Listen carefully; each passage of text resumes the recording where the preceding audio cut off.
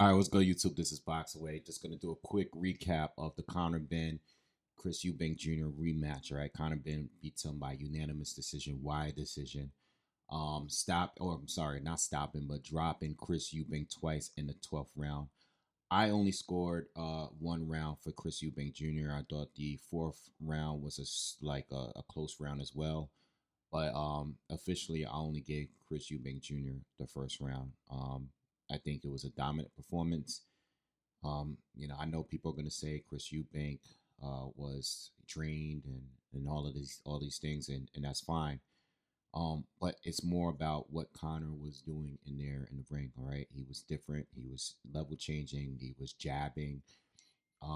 He was feinting a lot, and Chris Eubank was biting off the feints a lot throughout the fight.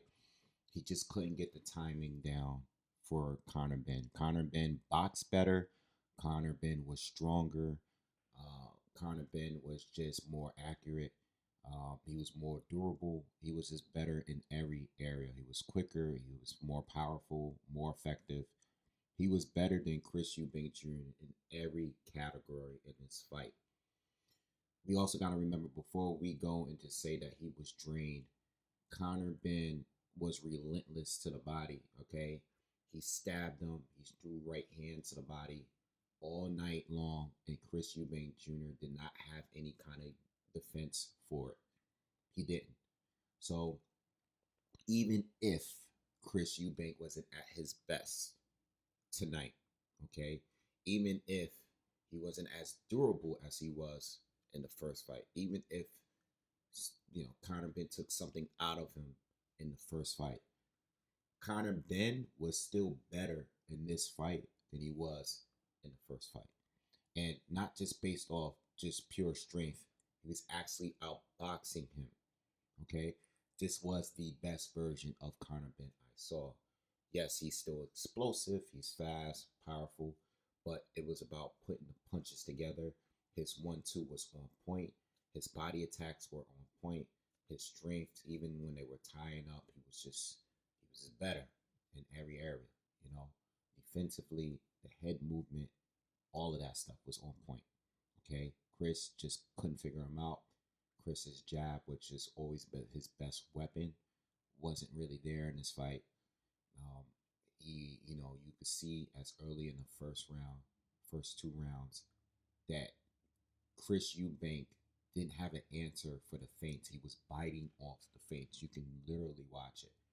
Um, so at the end of the day, Conor, who's usually leading with power, being very aggressive, was just better. He dropped him twice in the 12th round. I think if there was a little bit more time, he probably could have stopped Chris Eubank Jr. But it is what it is. But great performance.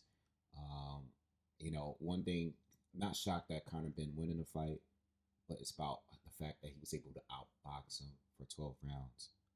That's the shocking part of it all. He didn't even need to knock him out and just hit him with a bomb, which he did in the 12th.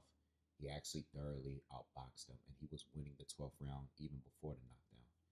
So at the end of the day, good job, Conor Benn. As far as what's next, he wants to go back to 47. He loves calling out Mario Barrios at 47.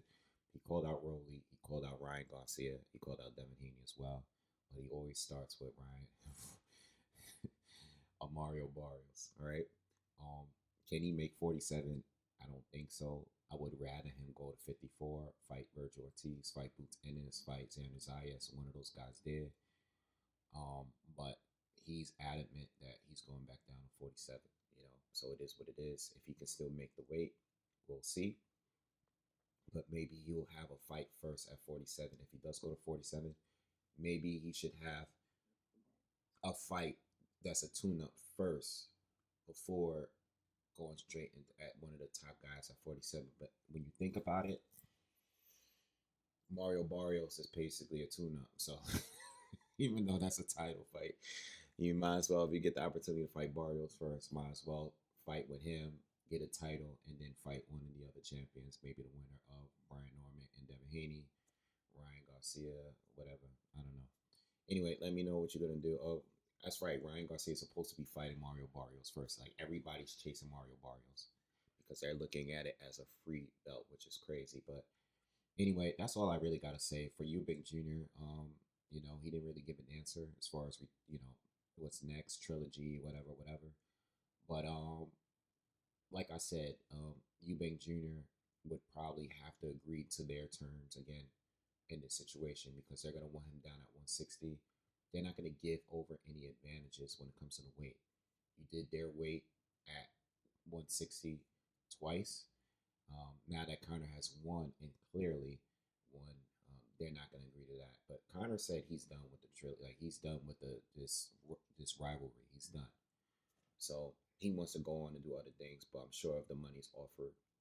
I mean, the first fight was a great fight. It was. The first fight was a class win, but when you dominate like that, it kind of takes the hype away from a third fight. You know what I mean?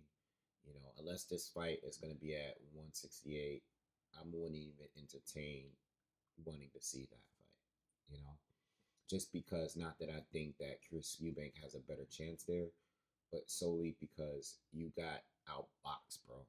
Like you got outboxed. He was better boxing than you. He was confident. He made it look easy. You know what I mean? So anyway, that's my quick recap. We'll talk more about this in the future. I got a hell of a lot of content to do this week with this crazy fight that's coming up on Saturday. So be on the lookout for that. I'll give you guys some breakdowns, and I'll see you guys soon. Subscribe to the channel. Shout out to everyone that was there on the live, and thank you for all the people that left donations. I'll see you guys soon. Peace.